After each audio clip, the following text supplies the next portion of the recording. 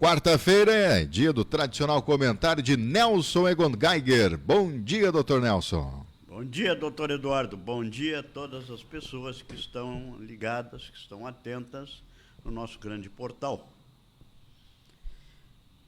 A 0 hora de hoje, na primeira manchete, diz que o Congresso acaba com as saidinhas de presos. Benefício que a legislação permitia para presos condenados. Quem não está condenado não tinha direito a saidinha. Saidinhas especiais, em datas especiais e coisas parecidas. O Congresso acabou com essas saidinhas, quando ontem derrubou o veto da Presidência da República, que ainda tentava dar essa saidinha dos presos. O frágil argumento de que os presos são vítimas da sociedade, balela desse desgoverno que está aí, não é assim. Países que levam a sério a sua legislação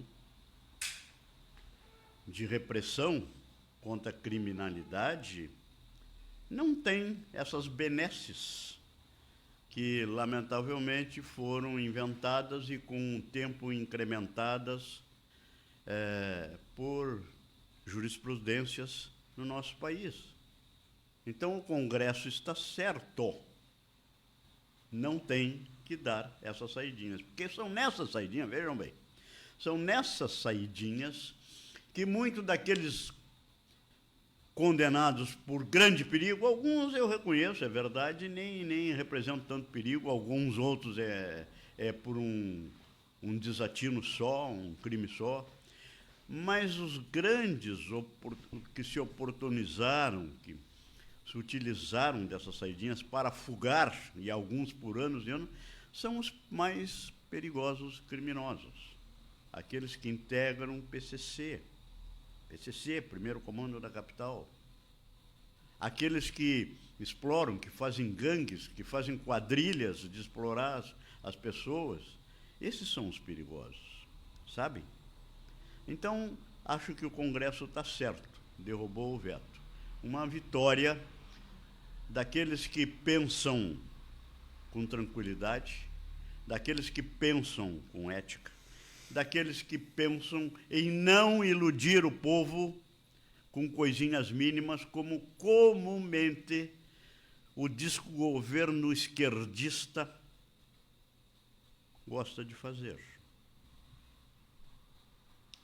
Eu vou continuar nesse assunto um pouco mais adiante, para destacar ainda que na 0 hora de hoje, o lado bom, uma foto na capa, aquela manchete que falei não tinha foto, uma foto na capa apresenta o mercado público já sem água na frente, sem água dos lados, sendo limpado para a retomada das atividades do grande mercado público tradicional, antigo, centenário da nossa capital, Porto Alegre.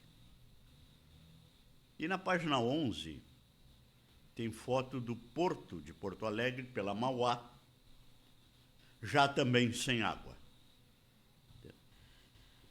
São as esperanças que a gente tem de recuperação dessa grande catástrofe que sofremos. Uma tragédia que assolou o Rio Grande do Sul 83 anos depois daquela de 1941, exatamente no mesmo tempo, porque em 41 começou em fim de abril e se estendeu por 4 meses. E agora a diferença na previsão dos técnicos, não é a minha, é de que a recuperação seja um pouco mais rápida, porque há mais condições tecnológicas que existiam naquela época de 40. Nada obstante, naquela época apenas a água chegou, falei semana passada, ao Largo dos Medeiros, que é a esquina da General Câmara rua que sobe para a Assembleia, ali da Rua da Praia, com a Rua da Praia, na época Rua da Praia, hoje Rua dos Andrades. Ali foi o ponto máximo. É verdade que havia uma diferença maior, porque da usina do gasômetro, já existia naquela época, para cá, para lá, melhor dito, foram feitas modificações que precipitaram mais a água para cá. Agora, coisas estéticas da construção, do desenvolvimento. Porto Alegre tinha 270 mil habitantes, hoje é a população de Pelotas. Naquela época, hoje, Porto Alegre tem mais de 1 milhão, bem mais de 1 milhão, e a grande Porto Alegre somam 2 milhões. Porto Alegre, naquela época, não tinha Eldorado do Sul, que era a mera passagem entre Porto Alegre e Guaíba, e Guaíba era uma cidadezinha. Hoje, aquilo tudo está tomado. Eu já falei aqui que em 1970 e poucos, houve uma grande enchente que assolou aquelas ilhas da volta de Porto Alegre, ainda integrantes do município de Porto Alegre, não existia, Eldorado ainda não estava emancipado, que foram tomadas pelas águas, mas era uma quantidade menor, porque não era uma cidade em desenvolvimento, como é Eldorado do Sul. Então, um lado bom da notícia é a recuperação. É verdade que aí também surgiram outras coisas. Absurdo que pessoas obrigadas por ocupação de cargo público de cuidar dos auxílios que a sociedade solidária, e solidariedade foi meu assunto semana passada, se preocupou em ajudar os seus irmãos. Ontem mesmo, ali no Bombalaca, a minha esposa, o Murilo, no lugar de genro, a enteada, os amigos dela, da Nicole e do Murilo, fazendo marmitas de comida para as pessoas que hoje estão em bem número menor aqui em Camaquã, que estão ainda asiladas aqui em Camaquã e vindas exatamente de lá, de Eldorado e Guaíba. Esse é o lado humano, é o lado da solidariedade, é o lado bonito. Mas essas são as pessoas, somos nós, como irmãos, obrigação nossa, de cristãos especialmente, de ajudar o seu semelhante.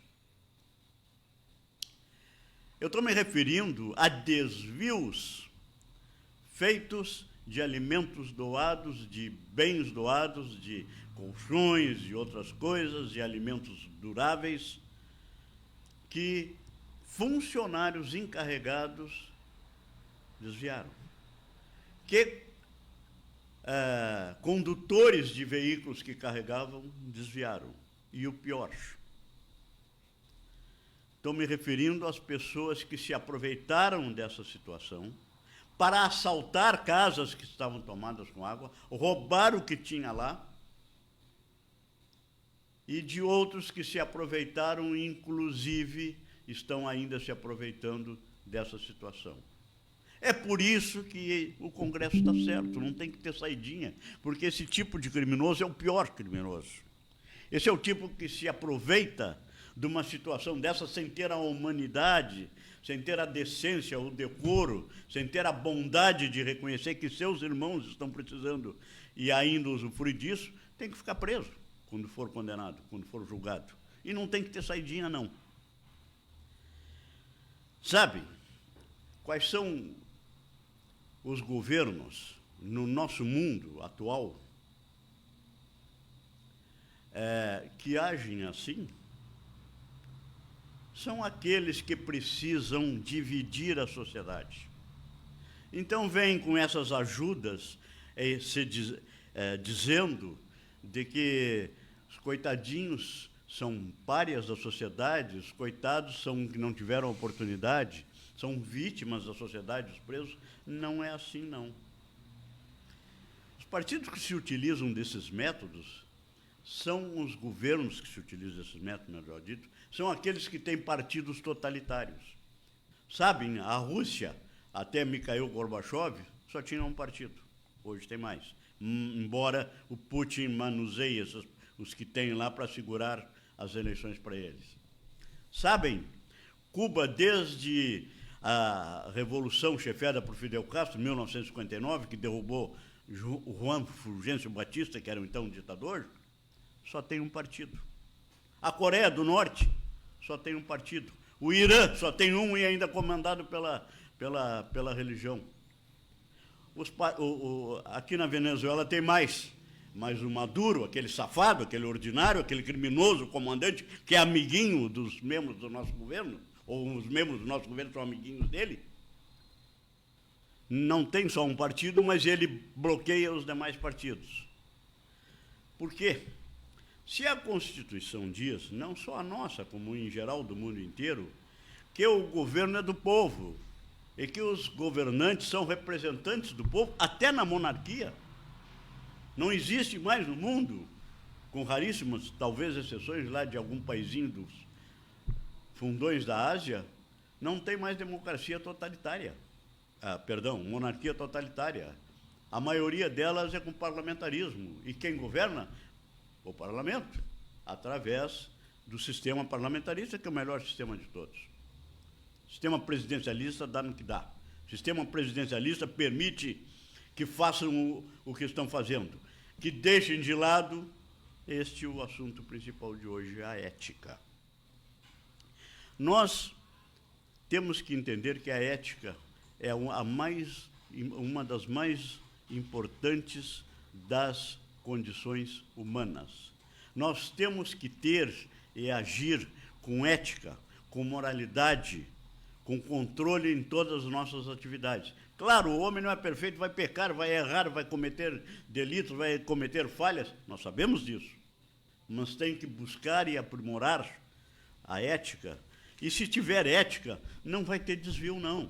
E se tiver ética, não vai ter outras insanidades que estão sendo aí praticadas, como aquela de, num país de 27 estados,